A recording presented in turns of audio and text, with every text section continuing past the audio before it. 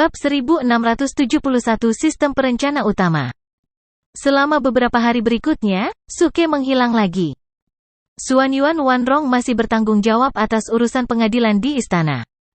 Para pejabat yang dikejutkan oleh rencana perbendaharaan pribadi Suke bahkan tidak punya waktu untuk bahagia selama 2 hari sebelum mereka tenang. Betapa kembalinya seorang penguasa yang bijak. Kaisar apa yang akhirnya tahu bagaimana memerintah negara? Bahkan tidak ada bayangan yang terlihat selama beberapa hari berturut-turut, dia masih seorang penguasa bodoh. Namun, rencana perbendaharaan pribadi Suke, di bawah kendali beberapa pejabat lama, telah mencapai hasil yang luar biasa di negara tersebut. Sejumlah besar perak ditumpuk di kas pribadi seperti bola salju yang menggelinding, dan kemudian sebagian dibagikan atas nama bantuan bencana. Para korban kelaparan menerima bantuan dan sangat berterima kasih kepada keluarga kerajaan.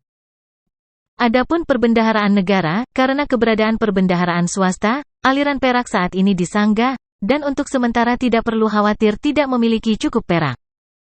Saat ini, Suke sedang mengganggu Menteri Perang, memintanya untuk mencarikan orang untuknya. Yang mulia, bukannya saya tidak ingin membantu Anda, tetapi ide Anda benar-benar. Menteri Perang ragu-ragu untuk waktu yang lama, dan tidak dapat mengatakan apa yang ingin dia katakan, itu benar-benar tidak sopan. Suke memasang wajah serius, Tuan Chen, apakah kamu tidak percaya padaku? Saya tidak berani, tapi ini benar-benar tidak mungkin. Menteri Perang buru-buru menyangkal. Itu benar, saya tidak percaya Anda. Anda tiba-tiba meminta saya untuk 3.000 tentara elit, dan bahkan mengatakan bahwa Anda ingin mempersiapkan hari hujan dan melatih tentara. Omong kosong. Apakah Anda lupa bagaimana Anda menipu orang sebelumnya? Menteri Perang masih mengingatnya dengan jelas. Tahun itu, ada sekelompok bandit gunung di luar kota kekaisaran, dan mereka berani menduduki gunung dan menyebut diri mereka raja.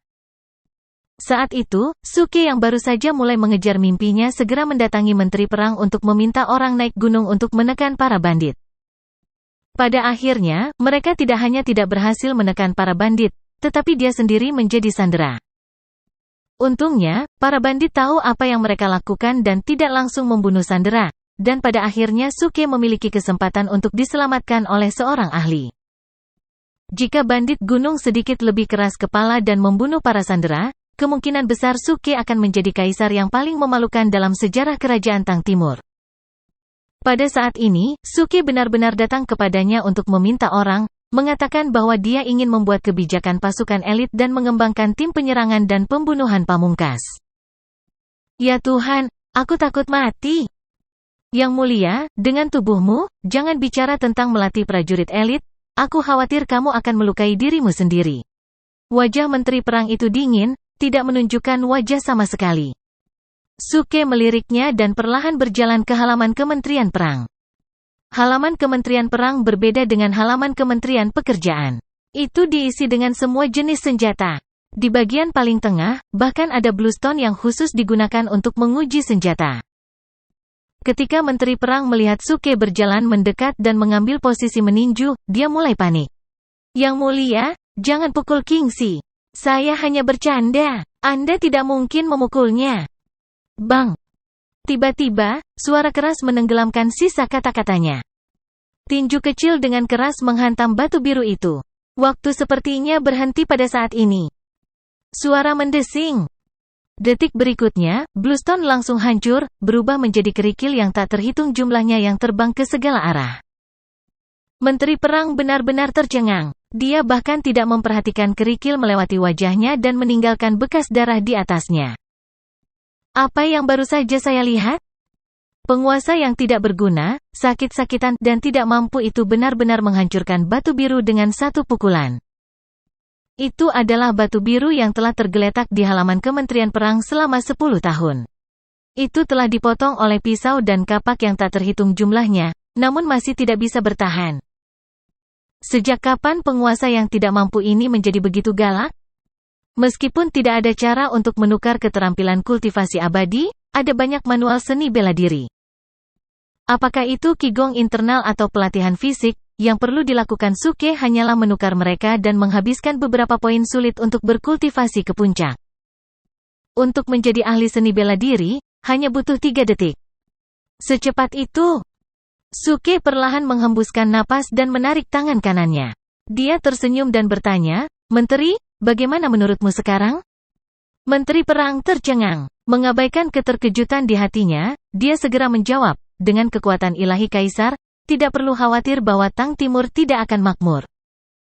"Yang mulia, tolong lewat sini. Saya akan membawa Anda untuk memilih orang sebanyak yang Anda inginkan. Tapi yang mulia, bisakah Anda meletakkan kepalan tangan Anda terlebih dahulu?" Subjek yang rendah hati ini panik hanya dengan melihatnya. Beberapa hari lagi berlalu dalam sekejap mata. Kaisar, Suke, yang menghilang selama beberapa hari, akhirnya muncul di aula utama. Dia akhirnya datang ke lapangan pagi. Semua pejabat di pengadilan acuh tak acuh. Kegembiraan di hati mereka telah lama hilang.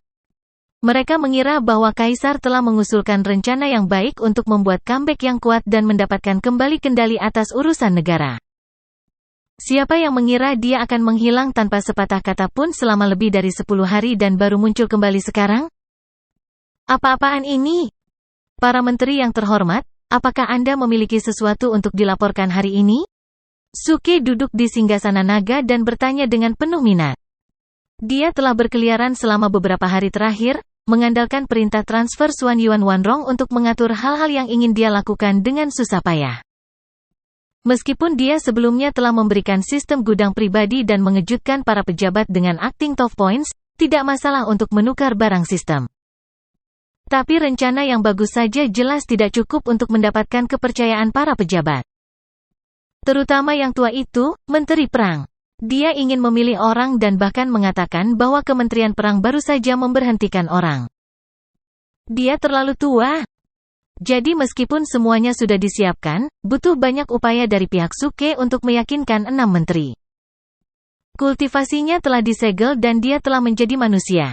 Secara alami, dia harus mengikuti hukum alam tubuhnya. Pada saat ini, Suke merasa sangat mengantuk sehingga dia tidak sabar untuk kembali tidur. Dia duduk di singgasana naga dan terus menguap. Xuan Yuan Wanrong menatapnya dengan dingin. Bocah ini, pada akhirnya, dia masih sangat nakal dan tidak berguna. Pada saat ini, seorang jenderal tiba-tiba maju dan melaporkan, pejabat ini memiliki tugu peringatan. Baru-baru ini, para pengembara telah mengganggu perbatasan kita dan menjarah warga. Saya meminta Yang Mulia untuk mengirim pasukan untuk mengusir para pengembara dan membawa kemuliaan bagi timur kita. Bao. Oh, kamu ingin bertarung kan? Aku akan memberimu pasukan, maju dan bertarung. Suke tidak terlalu tertarik dengan hal-hal ini dan dengan santai setuju. Jenderal itu mengungkapkan ekspresi canggung dan tergagap, itu. Yang Mulia, pasukan ada di sini, tetapi biaya militer untuk pertempuran. Suke tertegun sejenak sebelum dia bereaksi. Dia King di sini untuk meminta uang. Tanpa menunggu dia menjawab, Xuan Yuan Wanrong dengan enteng berkata, masalah ini bisa didiskusikan nanti.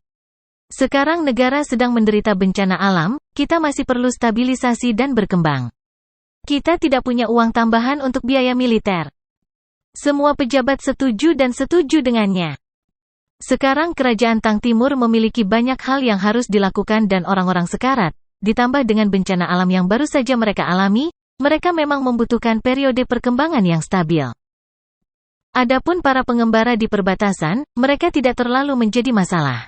Hanya saja mengusir mereka membutuhkan sejumlah besar perak untuk menopang pengeluaran tentara. Itu adalah pekerjaan yang membakar uang. Suke langsung tidak senang. Ini keterlaluan. Bagaimana ini bisa terjadi? Orang-orang sudah menari di kuburanmu, mengapa kamu tidak keluar dan memberi mereka beberapa pukulan? Kalahkan mereka, kalahkan para pengembara itu hingga jatuh dan beritahu mereka apa kekuatan sebenarnya. Petik 2. Pria kasar.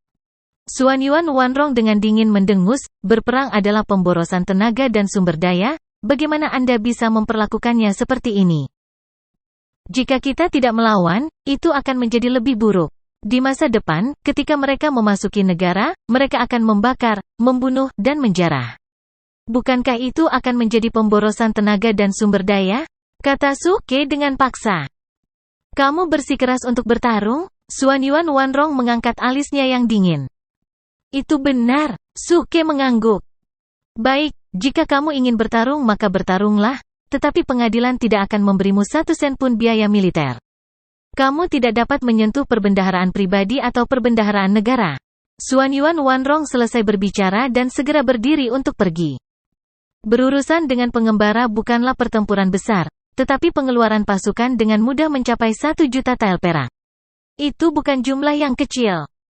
Xuan Yuan Wanrong berpikir bahwa jika dia mengendalikan keuangan, Suke akan melihat kenyataan dan menyerah pada ide ini. Namun, Suke hanya tersenyum saat dia duduk di singgasana naga, seluruh tubuhnya memancarkan aura menghina, hanya 1 juta tael perak, bisakah itu dianggap sebagai uang? Ketika saya mendapatkan batu roh di masa lalu, itu hanya puluhan juta. Setelah sidang pagi, Xuan Yuan Wanrong menahan menteri pendapatan dan pejabat penting lainnya di ruang belajar kerajaan untuk rapat. Menteri pendapatan dan pejabat lama lainnya berdiri dengan hati-hati di ruang kerja kerajaan, saling bertukar pandang. Apa yang terjadi? Mengapa permaisuri memanggil kita? Saya tidak tahu, kami tidak melakukan kesalahan apapun baru-baru ini. Pasti kamu yang menyinggung permaisuri? Mereka saling memandang, tidak tahu apa yang akan terjadi selanjutnya. Setelah beberapa saat, Xuan Yuan Wanrong berkata dengan ringan, kalian semua adalah pejabat setia Tang Timur saya, Anda telah bekerja keras selama ini. Persetan. Mendengar ini, para pejabat lama merasa hati mereka gemetar ketakutan. Biasanya, ketika ucapan terima kasih seperti itu diucapkan, saat berikutnya, piala akan dihancurkan sebagai sinyal dan sekelompok algojo akan bergegas keluar. Ini, permaisuri terlalu baik, ini yang harus dilakukan pejabat tua ini.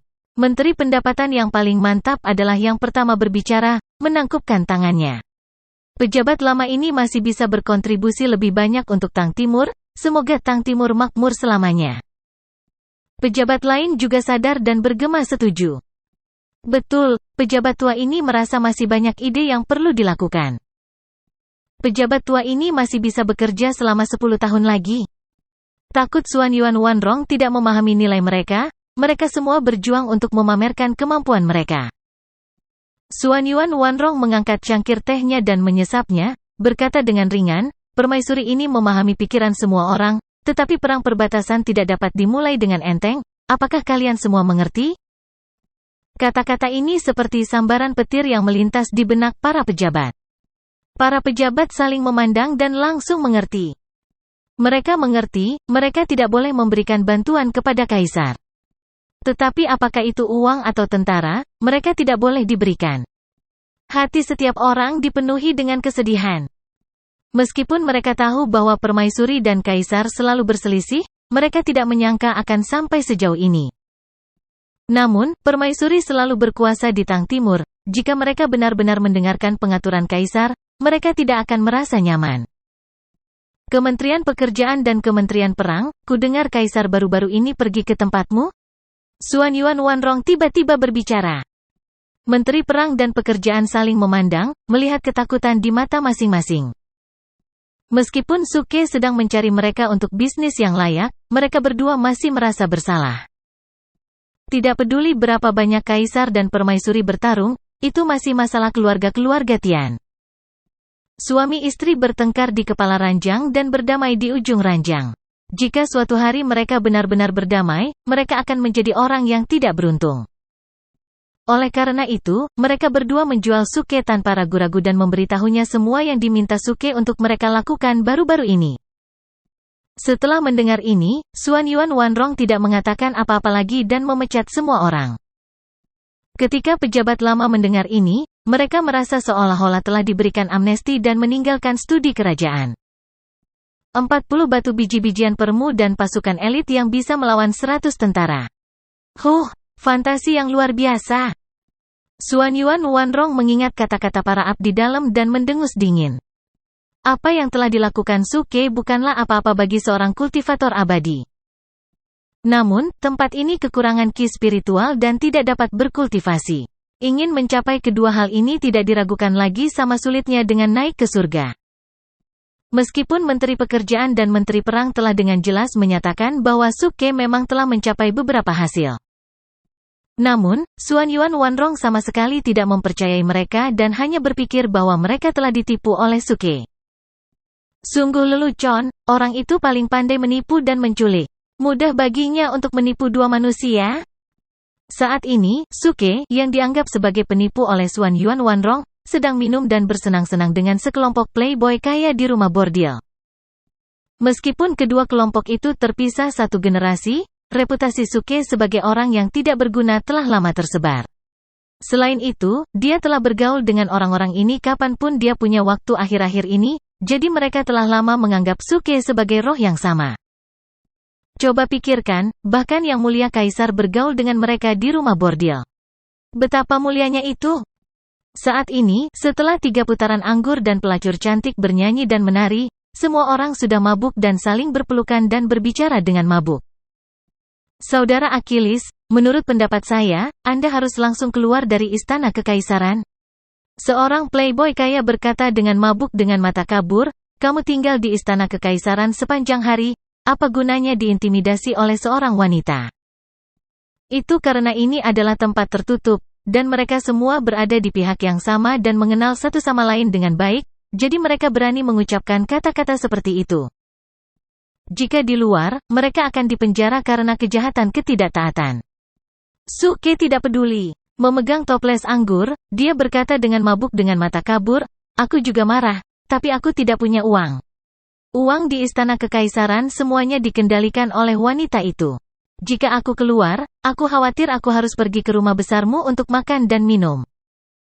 Playboy kaya itu bergetar dan sadar lebih dari setengahnya. Dia tersenyum malu dan berkata, Saudara Achilles, jangan bercanda. Beraninya kami menerimamu?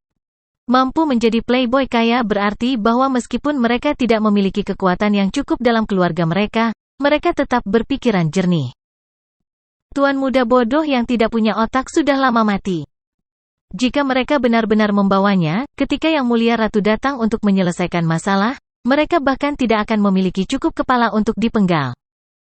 Suke tidak berharap kelompok yang tidak berguna ini benar-benar menerimanya. Sebaliknya, dia duduk tegak dan berkata dengan nada bersemangat, aku sudah memikirkannya.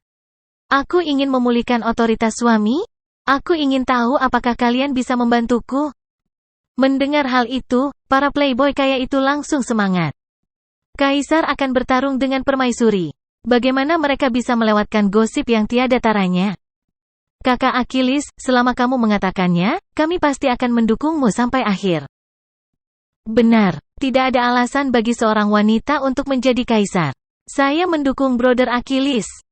Adalah tugasku untuk mengembalikan wibawa suami. Saudara Achilles, beritahu saya apa yang ingin Anda lakukan. Sudut mulut Suke meringkuk dalam senyuman dan dia berkata dengan keras, seperti kata pepatah, seorang pria tanpa uang tidak akan memiliki tulang punggung yang kuat. Jadi saya telah memutuskan, saya ingin menghasilkan uang. Saya ingin membuka sebuah restoran. Mendengar ini, para playboy kaya tidak mengerti tapi merasa itu luar biasa. Beberapa dari mereka berpikir bahwa ini adalah omong kosong. Tiba-tiba, mereka berpikir tentang bagaimana ayah mereka yang sudah tua harus menyelinap keluar untuk mengunjungi rumah bordil untuk mengumpulkan sejumlah uang. Mereka segera memikirkannya. Benar. Pria hanya bisa percaya diri jika dia punya uang. Kaisar memang kaisar. Dia telah melihat misteri memulihkan otoritas suami.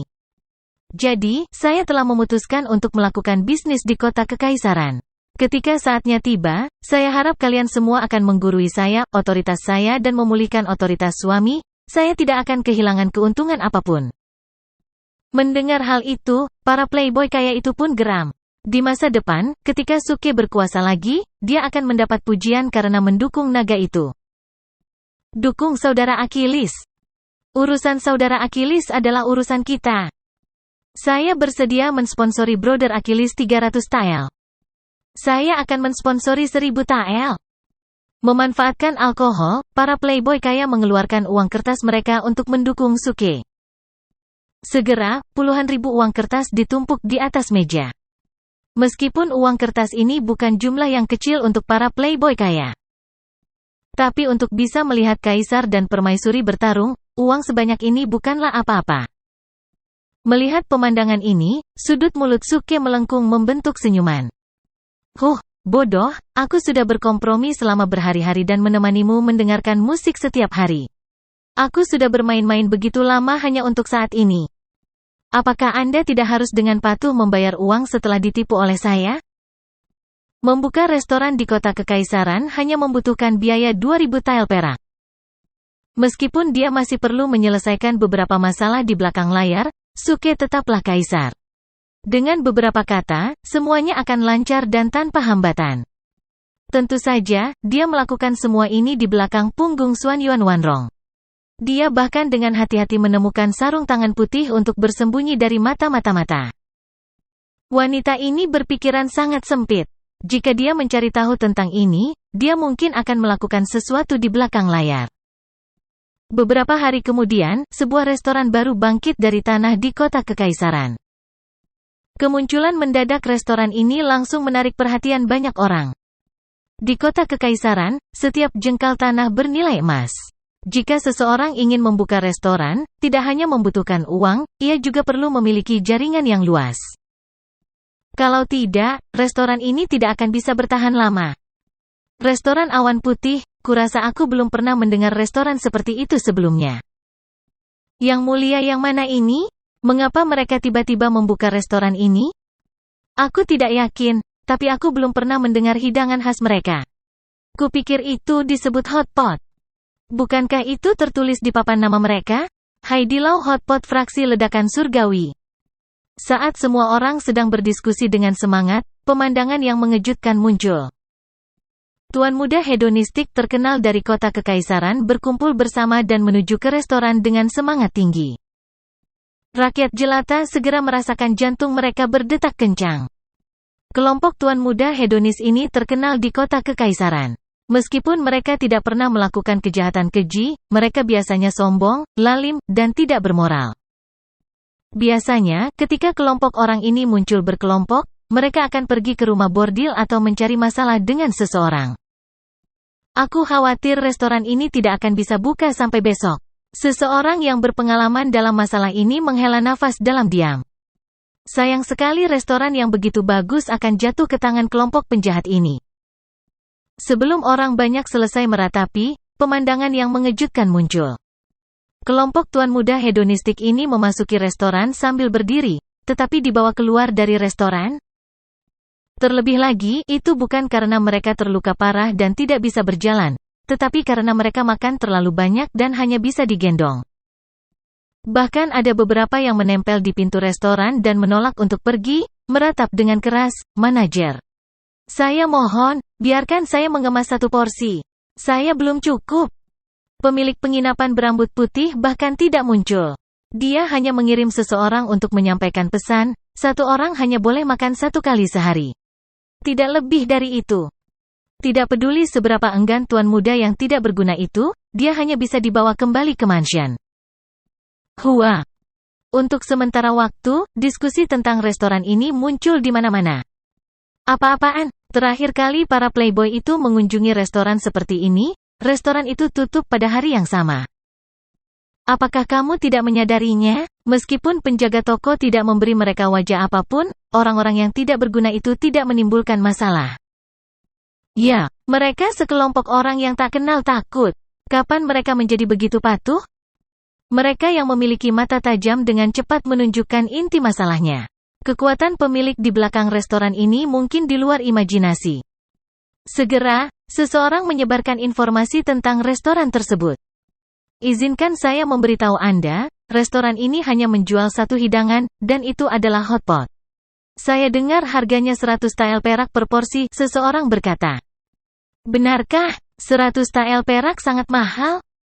Sungguh, dan konon rasanya enak tiada taraf, membuat orang sangat menikmatinya hingga lupa untuk pergi. Meskipun tuan muda yang tidak berguna tidak memiliki reputasi yang baik, mereka masih sekelompok orang yang paling tahu cara menikmati hidup di kota kekaisaran. Setiap kali ada sesuatu yang enak atau menyenangkan untuk dimakan, sekelompok orang ini akan seperti hiu yang berbau darah, berbondong-bondong ke sana. Kali ini, dengan mereka sebagai garda depan, reputasi restoran Awan Putih dengan cepat menyebar di kota kekaisaran. Dalam waktu singkat, banyak orang berbondong-bondong ke sana. Kota kekaisaran berada di bawah kaki kaisar. Meskipun 100 tael perak untuk sebuah hidangan mahal, ada orang yang mampu membelinya. Hanya dalam setengah hari, antrean panjang terbentuk di bawah White Cloud Restaurant. Itu hampir membentang di seluruh jalan. Bahkan ada orang yang berbaris di jalan tetangga. Tepat ketika orang banyak mengeluh tentang orang banyak, pemilik penginapan itu berbicara lagi. Hotpot restoran dibatasi hingga 99 porsi sehari. Jika Anda tidak ingin mengantri, Anda dapat mengajukan kartu keanggotaan seharga 998 tael perak. Anda dapat duduk terlebih dahulu. Segera, pejabat dan bangsawan membayar tael perak mereka dan mengajukan kartu keanggotaan. Mereka langsung diperlakukan sebagai tamu kehormatan dan menikmati makanan yang lezat. Orang kaya lainnya mendengus mendengar ini. Bodoh, mengajukan kartu keanggotaan hanya untuk menikmati makanan terlebih dahulu? Bodoh sekali. Betul, mereka tidak tahu bahwa hanya dengan menunggu hal-hal baik bisa menjadi lebih berharga. Orang kaya baru seperti ini sama sekali tidak pantas berbaris dengan kita. Bangsawan yang mengajukan kartu keanggotaan keluar setelah makan. Ketika dia mendengar kata-kata ini, ekspresi halus muncul di wajahnya. Dia berkata dengan lantang, tidak mungkin, tidak mungkin. Benarkah ada seseorang yang bahkan tidak mampu membeli kartu keanggotaan dan mengantre di sini? Beraninya dia menyebut dirinya orang kaya? F*CK. Kata-katanya menyebabkan 1000 riak. Semua orang kaya. Hak apa dia harus begitu sombong? Itu hanya 998 tael perak. Bagaimana mungkin dia tidak mampu membelinya? Berikan saya satu. Orang kaya itu marah. Dia mengeluarkan tael peraknya di tempat untuk mengajukan kartu keanggotaan. Aku juga mau. Beri aku 10. Setiap orang di meja dapat memiliki satu. Jika orang kaya baru melihat ini, mereka akan berpikir bahwa aku tidak mampu membelinya. Menurut statistik yang tidak lengkap, ada lebih dari 100 orang kaya yang mengajukan kartu keanggotaan. Beberapa orang kaya menolak untuk mempercayainya dan menolak untuk mengajukan kartu anggota. Pada akhirnya, mereka mengantri sepanjang hari dan tetap tidak bisa masuk. Bertanya berarti mereka memprioritaskan pesanan anggota. Orang kaya langsung tercengang. Ternyata tanpa kartu keanggotaan F*King, mereka bahkan tidak bisa mencium bau apapun, apalagi makan hotpot. Jadi, hampir semua orang kaya yang ingin makan hotpot pergi untuk mengajukan kartu keanggotaan dengan ekor di antara kaki mereka. Xuanyuan Wanrong, yang berada di istana, mau tidak mau terkejut ketika mendengar berita itu. Ini hanya hotpot. Bagaimana bisa menarik begitu banyak penggemar? Mata-mata yang datang untuk melapor ragu sejenak dan berkata dengan suara rendah, Yang Mulia, ada desas-desus bahwa restoran awan putih ini dibangun oleh Yang Mulia. Saya tahu, Xuanyuan Wanrong tidak terkejut sama sekali. Hanya dia yang bisa memunculkan ide bodoh semacam ini untuk mendapatkan uang dengan membuka restoran. Namun, berperang membutuhkan 1 juta tael perak, dan itu adalah yang terendah. Dan omset restoran hari ini, bahkan setelah mengajukan kartu anggota, kurang dari 200.000 tael perak. Xuanyuan Wanrong tidak tahu bagaimana menjalankan negara, tetapi dia tahu bahwa di dunia ini tanpa energi spiritual, tidak peduli seberapa lezat makanannya, suatu hari seseorang akan bosan. Alasan mengapa ada pendapatan yang begitu tinggi hari ini adalah karena semua orang ingin melihatnya sebagai hal yang baru. Seiring berjalannya waktu, omset secara bertahap akan berkurang. Pada saat itu, jika mereka terus mendapatkan 100 tael perak per piring, siapa yang tahu kapan mereka bisa mendapatkan 1 juta tael perak? Namun, dia tidak tahu bahwa ini hanyalah langkah pertama untuk Suke. Kucai tidak bisa dipanen sekaligus. Kita harus memberi mereka ruang untuk tumbuh. Suke, yang membagikan pengalamannya kepada manajer, berkata. Setelah seharian publisitas, prestise White Cloud Restaurant di kota kekaisaran telah mencapai puncaknya. Baik itu bangsawan maupun rakyat jelata, mereka semua merasa bangga bisa makan hotpot. Namun, meskipun hotpot terasa luar biasa, harganya adalah sesuatu yang tidak terjangkau oleh rakyat jelata. Karena itu, hanya para bangsawan dan pejabat yang datang untuk makan. Melihat penjualan secara bertahap menurun, Suke meminta manajer untuk keluar dan menyebarkan berita lagi. Kota Kekaisaran, kedai teh Jalan Surgawi. Kedai teh ini adalah kedai teh yang agak istimewa. Pelanggan yang diterimanya adalah semua cendekiawan, wanita cantik, atau anggota keluarga kerajaan.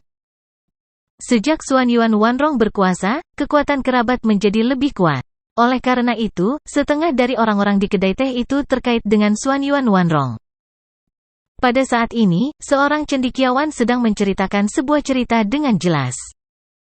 Orang-orang di sekitarnya duduk di sekelilingnya dan mendengarkan dengan penuh perhatian. Dikatakan bahwa sebelum Yue Lao naik ke surga, dia memiliki seorang wanita yang jatuh cinta padanya di dunia fana. Sayangnya, manusia abadi tidak dapat saling mencintai. Keduanya ditakdirkan untuk berpisah. Jadi, Yue Lao memikirkan apa yang bisa dia lakukan untuk membawa wanita ini ke surga. Pada akhirnya, dia memikirkan cara, yaitu mentransfer energi abadi di tubuhnya ke tubuh wanita itu. Selama wanita itu memiliki energi abadi miliknya, dia juga bisa membawanya ke surga. Namun, ada aturan di dunia abadi. Dewa tidak bisa langsung mentransfer energi abadi ke dalam tubuh manusia. Ini melanggar hukum. Melawan aturan surga. Oleh karena itu, Yue Lao merenung lama dan akhirnya menemukan solusi. Pada titik ini, cendekiawan itu berhenti berbicara. Sebaliknya, dia mengambil cangkir tehnya dan menyesapnya perlahan. Penonton di sekitarnya segera menjadi cemas dan mulai mendesaknya. Ketika semua orang hampir selesai menunggu, cendekiawan itu berbicara lagi. Oleh karena itu, Yue Lao membuat hotpot. Dia menggunakan herbal abadi dan herbal abadi terbaik di dunia abadi dan memakan hotpot bersama wanita itu. Saat memakan hotpot, Yue Lao memindahkan energi abadinya ke dalam hotpot. Karena energi abadi herbal abadi menyembunyikannya, energi abadi yang dia transfer tidak akan ditemukan oleh dunia abadi. Wanita itu makan seteguk hotpot, dan aura abadi memenuhi udara di tempat. Aura abadi melayang di udara, dan dia tampak seperti abadi. Singkatnya, wanita itu langsung naik ke keabadian di tempat dan terbang bersama dengan Yue Lao. Mulai sekarang, kalian berdua akan saling menemani siang dan malam di surga, bertindak sebagai mak comblang bagi kekasih di dunia fana, membantu kalian menikah. Sarjana itu melipat kipasnya dan tersenyum tipis. Mulai sekarang, akan ada legenda di dunia fana. Jika seorang pria benar-benar mencintai seorang wanita, maka dia akan mentraktirnya ke hotpot termahal untuk membuktikan ketulusannya. Ketika penatua bulan di surga melihat ini, dia akan mengerti maksudmu. Dia akan mengikat kalian berdua dengan erat, tidak akan pernah terpisahkan. Ini adalah pepatah klasik bahwa hotpot bertahan selamanya. Begitu dia selesai berbicara, penonton di sekitarnya mengungkapkan ekspresi kesadaran yang tiba-tiba. Di antara mereka, wajah para wanita itu memerah. Ya Tuhan, ini terlalu romantis. Yue Lao dan Hong Niang benar-benar memiliki kisah cinta yang mengharukan. Mata seorang wanita berkabut karena air mata. Dia tersentuh melampaui kata-kata. Dia meraih pria di sampingnya dan berkata dengan lembut, "Suamiku, kamu juga akan mentraktirku hotpot termahal kan?" Pria itu terbatuk pelan. Tidak, cerita ini tidak pedih. Lagi pula, mereka tidak mengatakan bahwa wanita itu adalah seorang Hong Niang. Apa maksudmu? Apakah kamu tidak mau mentraktirku hotpot termahal? Tidak, aku tidak bermaksud begitu. Lalu kenapa kamu tidak langsung setuju? Kamu hanya tidak mencintaiku lagi? Ini. Dengan preseden ini di depan mereka, para wanita di kedai teh semuanya memandangi teman pria mereka. Beberapa pria mengungkapkan ekspresi bijaksana dan mengambil inisiatif untuk bertanya, "Tuan, hotpot yang Anda sebutkan, apakah Haidilau hotpot dari fraksi surga yang meledak yang muncul baru-baru ini?" Sarjana itu mengangkat alisnya dan menggelengkan kepalanya. "Aku tidak yakin tentang itu. Namun, menurut catatan dalam legenda, kedua item ini tampaknya sangat mirip. Aku khawatir, Haidilau dari fraksi surga yang meledak mungkin benar-benar memiliki hotpot cinta ini." Selanjutnya, seluruh kota kekaisaran mulai menyebarkan kisah Yue Lao. Di bawah pengaruh beberapa orang dengan motif tersembunyi, hampir semua orang percaya pada satu hal. Hanya mereka yang memakan Haidilau hotpot dari Exploding Heavens Faction yang layak disebut kekasih sejati. Dalam sekejap, kerumunan melonjak menuju White Cloud Restaurant. Pada awalnya, manajer restoran hotpot tidak mengalah sampai permaisuri saat ini, yang juga keponakan Xuan Yuan Wanrong, muncul. Baru kemudian manajer berbicara. Semuanya, Haidilau hotpot dari fraksi surga yang meledak hanya menjual 100 porsi sehari. Satu porsi dihargai 10.000 perak. Jika semua orang dapat menerima harga ini, Anda dapat masuk. 10.000 perak? Harga ini langsung membuat takut banyak orang. Di antara mereka, banyak cendekiawan muda yang datang karena reputasi mengubah ekspresi mereka setelah mendengar harganya. Hanya anak-anak pejabat tinggi dan bangsawan yang memiliki modal untuk masuk. Namun, ini baru permulaan. Di rumah Perdana Menteri. Perdana Menteri duduk di halaman, melihat arsip dan memikirkan bagaimana menangani masalah kekosongan kas negara baru-baru ini. Istri Perdana Menteri berjalan mendekat dan meliriknya. Dia berkata dengan sinis, "Saya mendengar. Sekretaris Besar Zhang membawa istrinya untuk makan Haidilao hotpot fraksi surga yang meledak hari ini." Perdana Menteri mengerutkan kening dan membelai janggutnya. Itu hanya rumor. Kenapa mengikuti tren? Bagus, kamu bajingan tua. Aku tahu kamu tidak mencintaiku. Ekspresi istri Perdana Menteri berubah. Dia meletakkan tangannya di pinggul dan menegurnya dengan marah. Aku sudah bersamamu selama bertahun-tahun. Sekarang kamu bahkan tidak mengizinkanku makan hotpot. Hei, Nyonya, apa yang kamu katakan? Aku tahu itu. Baru-baru ini, kamu berpikir untuk menikahi seorang selir. Apa, kamu tidak menyukaiku sekarang? HMPH, seperti yang diharapkan, semua pria itu sama. Say, makanlah, suamimu akan membawakanmu makan sekarang. Adegan ini juga terjadi di kediaman pejabat istana kekaisaran lainnya. Meskipun 10.000 perak bukanlah jumlah yang kecil, bagi para pejabat yang telah berada di istana kekaisaran selama bertahun-tahun dan menduduki posisi tinggi, meskipun sedikit menyakitkan, demi keharmonisan keluarga, itu sangat berharga. 100 porsi True Love Hotpot dengan cepat terjual habis. Penjualan harian langsung naik menjadi 1 juta perak.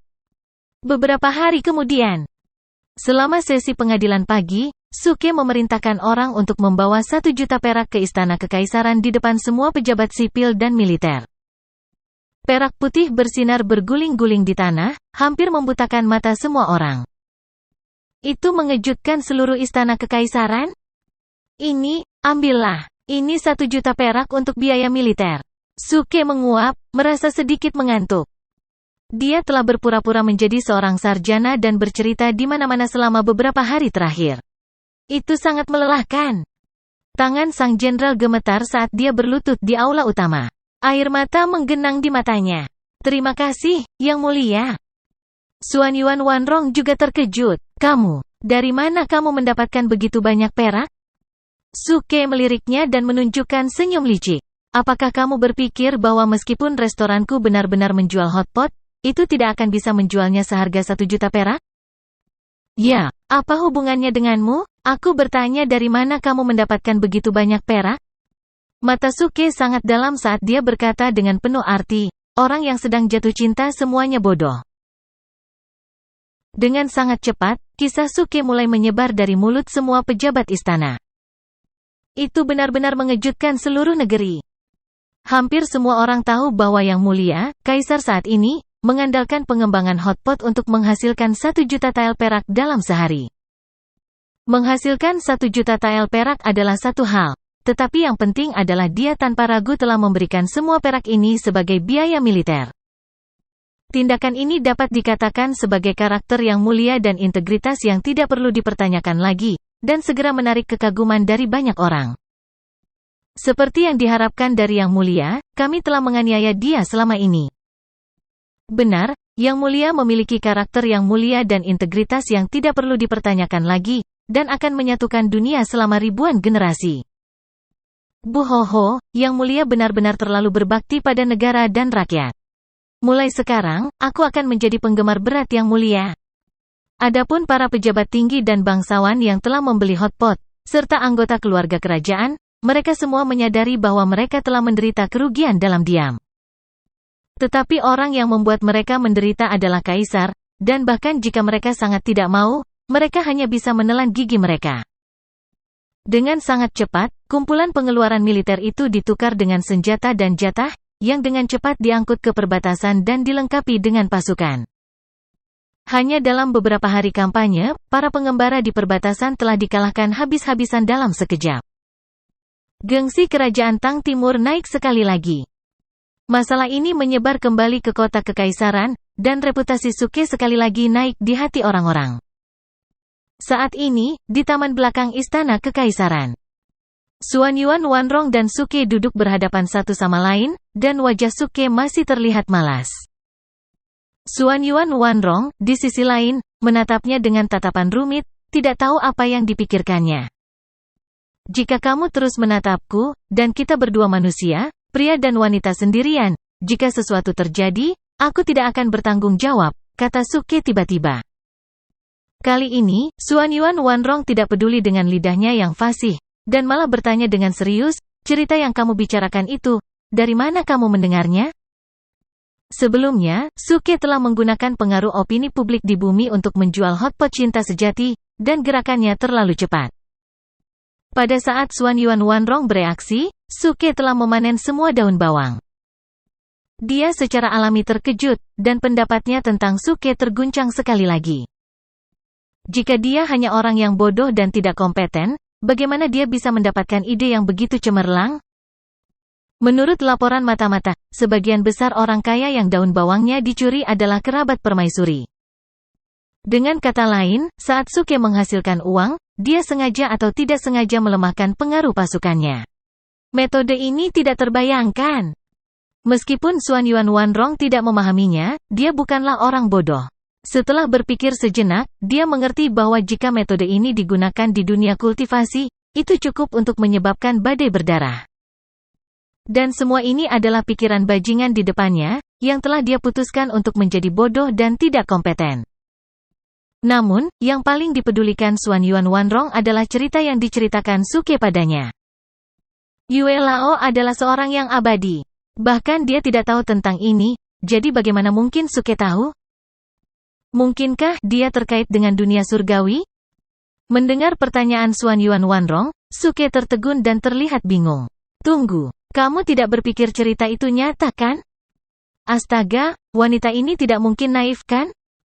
Xuanyuan Wanrong mengerutkan kening dan berkata, kamu mengada-ada? Itu bukan omong kosong. Sebenarnya, itu tidak sepenuhnya benar. Di tengah kalimatnya, melihat ekspresi Xuanyuan Wanrong akan berubah, Suke segera mengubah kata-katanya dan berkata dengan ekspresi yang dalam, sebenarnya, hanya yang abadi yang palsu. Dalam cerita ini, Yue Lao yang asli adalah aku. Dulu, aku jatuh cinta dengan seorang wanita, tapi aku tidak bisa bersamanya.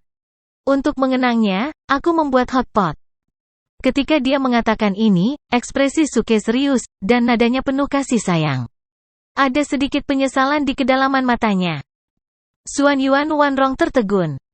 Ini, sebenarnya cerita yang terjadi padanya? Untuk memperingati wanita ini, dia tidak segan-segan menggunakan cara seperti itu. Xuanyuan Wanrong juga mencicipi hotpot itu. Dia tahu pasti butuh banyak usaha untuk meneliti hal yang begitu lezat. Bahkan pembudidaya abadi tidak akan dapat melakukannya dengan mudah. Dia jelas tahu bahwa wanita itu tidak bisa bersamanya, tetapi dia masih bersedia melakukan upaya untuk membuat hal ini untuk mengenangnya. Mungkinkah lecer ini sebenarnya adalah seseorang yang penuh kasih sayang? Xuanyuan Wanrong bingung. Dia tidak tahu orang seperti apa Suke itu. Jika seseorang mengatakan bahwa dia penyayang, maka ketika dia menghadapinya, dia seperti bajingan. Namun, jika dia seorang bajingan, dia tidak bisa menyembunyikan kasih sayang di matanya saat dia mengucapkan kata-kata itu. Adapun Suke, hanya ada satu pemikiran di benaknya. Apakah wanita ini benar-benar mempercayainya? Dia hanya berpura-pura karena kebiasaan barusan. Wanitanya masih hidup dan sehat? Lalu kenapa namanya hotpot Heidi Lau? Xuanyuan Wanrong bertanya lagi. Karena aku pernah berpikir untuk berubah menjadi raja laut dan memancingnya di lautan luas. Meskipun aku tahu tidak mungkin memancingnya, itu masih sebuah pemikiran. Setelah Suke selesai berbicara, dia diam-diam berdiri dan pergi. Xuanyuan Wanrong menatap punggungnya yang suram dan sedikit gemetar saat dia pergi. Dia tidak bisa membantu tetapi tertegun. Suke, yang memunggunginya, tidak bisa menahan tawanya. Setelah Xuanyuan Wanrong menjadi manusia, dia benar-benar imut dan mudah dibodohi seperti sebelumnya. Wanita ini benar-benar aneh. Apakah kecerdasannya turun seiring dengan kultivasinya? Setelah kejadian ini, Suke menyadari bahwa sikap Xuan Yuan Wanrong terhadapnya mulai berubah. Meskipun dia masih sering menyatakan ketidakpuasannya terhadapnya, dia tidak lagi seperti sebelumnya, memanggilnya cabul di setiap kesempatan. Suke merasa bahwa hubungan antara mereka berdua seharusnya mereda, jadi dia mengambil kesempatan itu untuk meminta otoritasnya kembali. Namun, dia ditolak tanpa ampun. Bah, wanita anjing? Dia hanya tahu bagaimana berbohong. Begitu saja, keduanya berinteraksi dengan acuh tak acuh, tidak panas atau dingin. Suke masih tidak terlihat setiap hari.